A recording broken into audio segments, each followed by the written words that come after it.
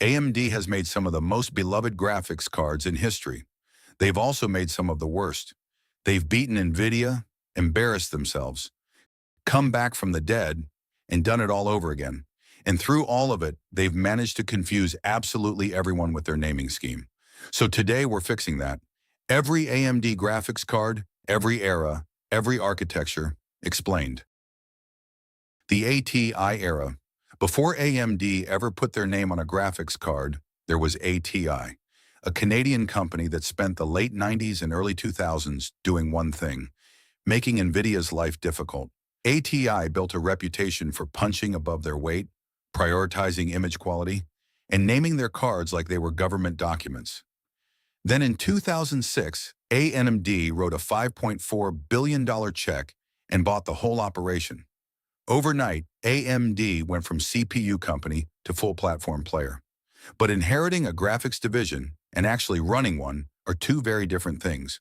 And AMD was about to find that out the hard way. The HD Era, AMD's first card under their own name, was the HD 2900 XT. It ran hot, drank power, and still couldn't beat NVIDIA's 8800 GTX. Not the start anyone wanted. But in 2008, the HD 4870 changed everything. GDDR5 memory, terascale architecture, and near-flagship performance at half the price. This was the card that made price to performance a phrase gamers actually cared about. Then came the HD 5870, the world's first DirectX 11 card. While NVIDIA was still scrambling, AMD was already on shelves. Developers optimized for it, gamers bought in, and AMD was briefly leading the race. The HD 7970 closed out the era in style. First 28nm GPU, brand new graphics core next architecture, and driver support that lasted for years. It aged like fine wine. Miners loved it too, which was the first warning sign that gamers and miners were about to start competing for the same hardware. The R9 era. By 2013, AMD was swinging for the fences again. The R9 launched with 2,816 stream processors, a 512-bit memory bus, and performance that went toe-to-toe with NVIDIA's GTX 780 Ti. The catch? It ran hot enough to genuinely heat a small room. Reference coolers sounded like leaf blowers, but gamers who tamed it with aftermarket cooling got incredible performance for years. It became a cult classic for a reason. Then AMD got ambitious with the R9 Fury X in 2015. High bandwidth memory, revolutionary stacked memory design, promising massive bandwidth in a tiny package. On paper, brilliant. In reality, only 4 GB of HBM struggled with high-resolution textures, and NVIDIA's GTX 980 Ti made it a tough sell at the price. The R9 era was AMD at their most raw, powerful, passionate, and occasionally on fire. The Polaris Era. By 2016, AMD stopped chasing NVIDIA at the top and aimed at everyone else instead. The RX 480 launched at $199 with 8 GB of VRAM, built on the new 14nm Polaris architecture. It couldn't beat a GTX 1080, but it could handle 1080p with settings turned up and keep money in your pocket. Then came the RX 580, and this one became a legend. Higher clocks, more performance, same Polaris core, $229 for the 8 GB model. Reliable, consistent, and seemingly immortal. It was the Honda Civic of graphics cards. Then crypto happened. Ethereum miners discovered Polaris GPUs were perfect for churning hashes. Prices doubled, shelves emptied, and gamers were left staring at $500 price tags on a $230 card. The card didn't change. The world around it just went completely mad. The Vega Era. In 2017, AMD decided it was time to chase the high end again. The RX Vega 56 and Vega 64 arrived with HBM2 memory, advanced compute capabilities, and a power draw that made electricians nervous. The Vega 64 targeted NVIDIA's GTX 1080 and could trade blows with it, but it ran hotter, louder, and hungrier.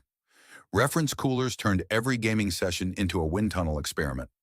Miners swooped in again, bought everything in sight, and drove prices into the stratosphere.